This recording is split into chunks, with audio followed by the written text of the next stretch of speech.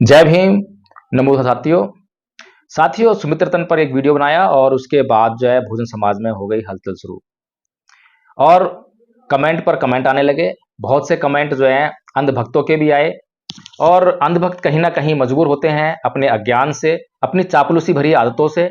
इसलिए ज्यादा कसूरवार नहीं ठहराया जाता, क्योंकि एक अज्ञानी व्यक्ति जो है ज्ञान की बातें नहीं कर सकता है। इसलिए मैं उनके प्रति किसी प्रकार के द्वेष की भावना नहीं रखता हूं, बल्कि मैं उनके प्रति दया और करुणा की भावना रखता हूं कि उनका चित्त जितना जल्दी हो सके उतना जल्दी परिशुद्ध हो, ताकि वो अपना मार्गदर्शन कर सकें और समाज का भी मार्गदर्शन कर सकें। क्योंकि वो सोशल मीडिया पर कमेंट कर रहे हैं तो वो समाज में एक लीडिंग भूमिका में है, समाज का मार्गदर्शन करने वाले लोगों में से हैं। तो इसीलिए जो है बहुत जरूरी है कि उनके चित्त का जो है परिष्कार हो। तो ये जो कमेंट है, ये कमेंट कोई मनुवादी लग रहे हैं, शर्मा साहब हैं तो कमेंट कर रहे हैं, क्योंकि होता ही अक्सर ऐसा है।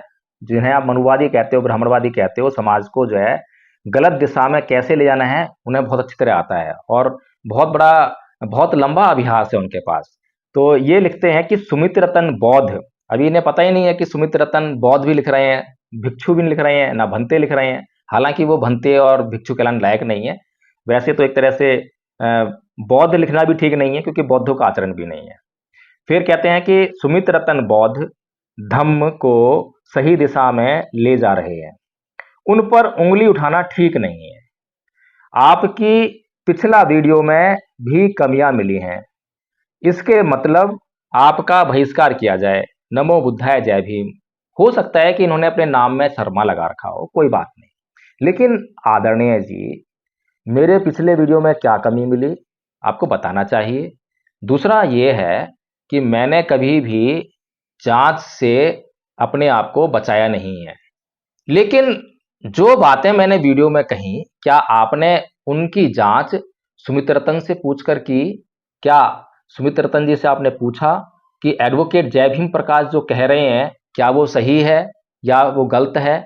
फिर अगर वो कहते कि एडवोकेट जय भीम प्रकाश जो कह रहा है वो गलत है, तो फिर मुझसे बात कर लेते, मुझसे आप सबूत मांगते, प्रमाण मांगते कि आपके पास क्या प्रमाण है जो आप बातें कर रहे हैं, जो बातें कह रहे हैं। उसके बाद अगर आप यहाँ पर आकर कमेंट लिखते और ये बातें कहते तो आपकी बात में दम नजर आता। लेकिन मैं आपको बता दूं कि सुमित रतन जो है वो समाज का शोषण कर रहे हैं, समाज पर अत्याचार भी कर रहे हैं। और शुरू में तो हमने खाली उनके बारे में यह सुना था, मेरे पास का प्रमाण नहीं है, मैं ईमानदारी से बोल रहा हूं कि वो बाबा साहेब से घृणा करते हैं और जय भीम नहीं बोलते हैं। इसके बारे में जिन लोगों से मैंने सुना है, जब आप मुझसे पूछेंगे तो मैं उनके नाम बता दूंगा, उनको आपके सामने लाके खड़ा कर दूंगा। वो आपको बताएंगे कि हाँ, वो जय भीम बोलने से भी परहेज करते हैं, बाबा साहेब का नाम नहीं लेते हैं वो। अब उन्होंने बाबा साहेब का नाम लेना भी शुरू कर दिया है और जय भीम बोलना भी शुरू कर दिया है। इससे अपने संविधान बांटना शुरू कर दिया है, संविधान बचाओ यात्रा भी शुरू कर दी है। आदरणीय जी, अगर आपको सम्यक दृष्टि का अंश भी प्राप्त होता तो आप ये सोच सकते थे कि एक बौद्ध भिक्षु का संविधान बचाने से, संविधान के बारे में कोई यात्रा करने से क्या मतलब है। एक बौद्ध भिक्षु का संविधान, ये जो देशों का संविधान है, कानून है, ये नहीं होता। एक बौद्ध भिक्षु इन संविधानों से ऊपर होता है। ये संविधान सांसारिक है और बौद्ध भिक्षुओं का संविधान विनय पिटक होता है, विनय होता है। बौद्ध भिक्षु का जो अनुशासन है उनका वही संविधान है। एक बौद्ध भिक्षु कभी भी कोर्ट कचहरी के पचड़े में नहीं पड़ता, किसी पर केस नहीं करता, किसी पर एफआईआर दर्ज नहीं करता। उसकी कोई संपत्ति नहीं है तो वो अपनी संपत्ति को कभी भी क्लेम नहीं करता। वो हमेशा धैर्य रखता है, क्षमाशील रहता है, सहनशील होता है, वो हमेशा दूसरों को माफ करता है। एक बौद्ध भिक्षु के लिए भगवान बुद्ध ने अहिंसा की पराकाष्ठा का नियम बनाया है। क्यों बनाया है ये भी समझ लीजिए, क्योंकि आप लोगों को जो है बौद्ध धर्म की जानकारी तो है नहीं। दूसरा ये है कि बौद्ध धर्म की जानकारी नहीं है, ये तो बात अलग हुई, लेकिन उस जानकारी के अभाव में आप जानकारी हासिल करने का प्रयास करें, वो भी आप नहीं करते हैं। और फिर सबसे बड़ी बात यह है कि जानकारी है नहीं, जानकारी हासिल करने का प्रयास नहीं करते, लेकिन जो आपको जानकारी देने का प्रयास करे, आपकी आंखें खोलने का प्रयास करे, तो आप उसके कपड़े फाड़ने की तरफ दौड़ते हो। तो इसीलिए आदरणीय जी, मैं आपको बता दूं कि एक बौद्ध भिक्षु कब बौद्ध भिक्षु होता है। एक बौद्ध भिक्षु के लिए सबसे पहला जो नियम है वो है गृह त्याग का, जिसे पवज्जा कहते हैं पाली में, प्रवज्जा कहते हैं हिंदी संस्कृत में। और जब कोई व्यक्ति प्रवज्जित होता है तो उसका एक लक्ष्य होता है कि वो प्रवज्जित क्यों हो रहा है। प्रवज्जा सिद्धार्थ ने भी ली थी। सिद्धार्थ का लक्ष्य था कि इस संसार में दुख क्यों है, उसकी खोज करना, उसका नाश करना। तो जब सिद्धार्थ सम्यक संबुद्ध बन गए, ज्ञान प्राप्त हो गया, तो उसके बाद उनके भिक्षु संघ में जो लोग प्रवज्जित होकर गृह त्याग करके जब शामिल होते हैं तो उनका लक्ष्य होता है भगवान बुद्ध ने जिस ज्ञान को खोजा है, जिस मार्ग को खोजा है, उस मार्ग पर चलकर निर्वाण को प्राप्त करना। और निर्वाण क्या होता है? निर्वाण होता है सुख और दुख की स्थिति से बिल्कुल ऊपर उठ जाना, अपने आप को इन सांसारिक बातों से, इन सांसारिक चित्तों से, इन सांसारिक चित्त प्रवृत्तियों से बिल्कुल ऊपर उठा लेना, ये उसका लक्ष्य होता है। और इस लक्ष्य में एक बौद्ध भिक्षु के भीतर, एक गृह त्यागी के भीतर अपने जीवन के प्रति किंचित मात्र भी मोह नहीं होता। अगर जरा सा भी मोह होगा, जरा सा भी लोभ होगा, जरा सा भी लालच होगा, तो वो अपने जीवन की रक्षा के प्रयास में दूसरों पर हिंसा करेगा। लेकिन कोई अगर उसे मारने भी आया तो उसके मन में जरा सी भी आप विचलन नहीं पा सकते, जरा सी भी घबराहट नहीं देख सकते। अगर घबराहट है, विचलन है, तो यानी कि वो अपने मार्ग पर सटीकता के साथ में नहीं है।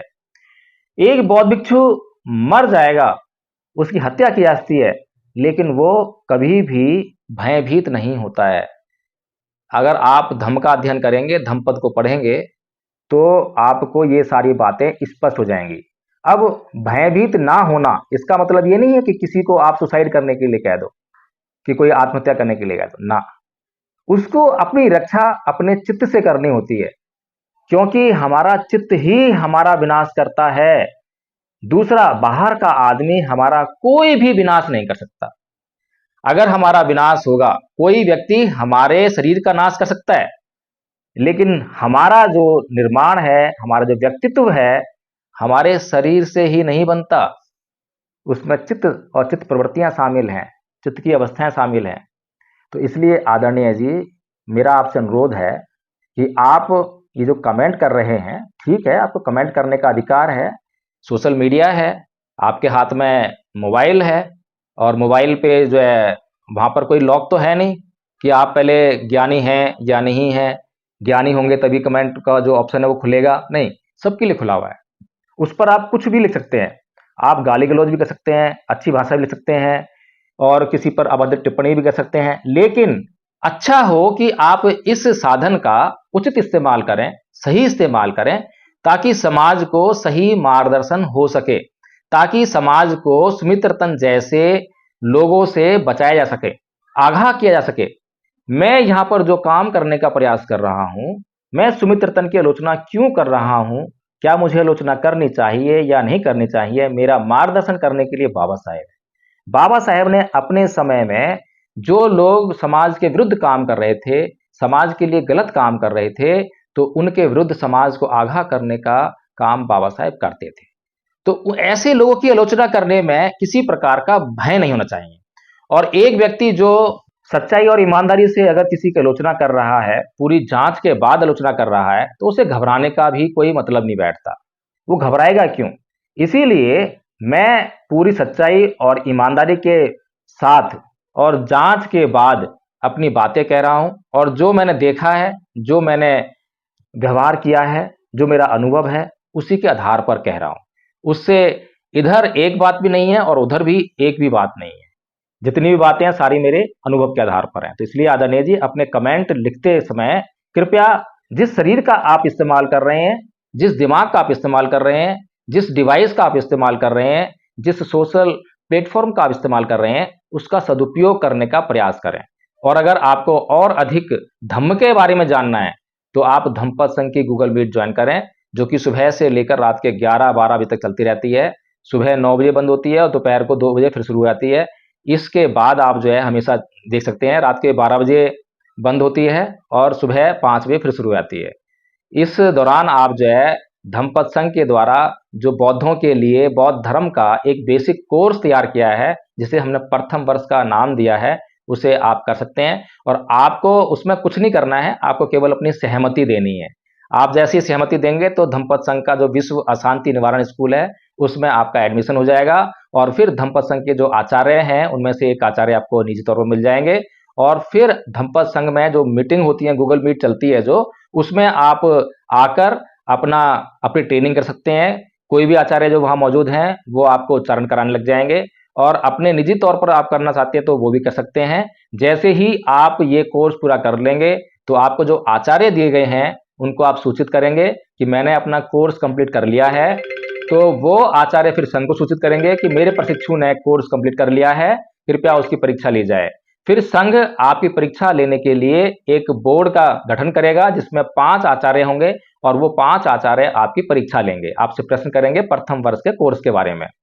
तो जब आप ये परीक्षा पास कर लेंगे तब आपको भी आचार्य घोषित कर दिया जाएगा। आचार्य इसलिए घोषित करते हैं क्योंकि आचार्य का मतलब होता है सिखाने वाला, तो ताकि आप जो है एक कर्तव्य बोध अपने ऊपर ले सकें, आपको ये एहसास हो कि मुझे भी अब लोगों को सिखाना है, मैंने जो सीखा है उसको लोगों को सिखाना है। तो प्रथम वर्ष का कोर्स बेसिक कोर्स है, द्वितीय वर्ष का कोर्स संस्कारकर्ता का कोर्स है, और तृतीय वर्ष का कोर्स बौद्ध विद्वान बनने का कोर्स है। तो मैं आपसे निवेदन करता हूं कि आप धम्मपद संघ का जो प्रथम वर्ष का जो कोर्स है उसको ज्वाइन कीजिए, और जो नंबर स्क्रीन पर फ्लैश हो रहे हैं उस पर तुरंत आप संपर्क कीजिए, ताकि आप जो है धम्मपद संघ का प्रथम वर्ष का कोर्स आसानी से कर सकें। अगर यह वीडियो आपको अच्छा लगा है तो इसको लाइक करें और कमेंट करके बताएं कि आपको इस वीडियो में क्या गलत लगा, ताकि आगे अगले वीडियो में उसको सुधारा जा सके। और इस वीडियो को शेयर करना बिल्कुल ना भूलें। जय भीम, नमो बुद्धाय।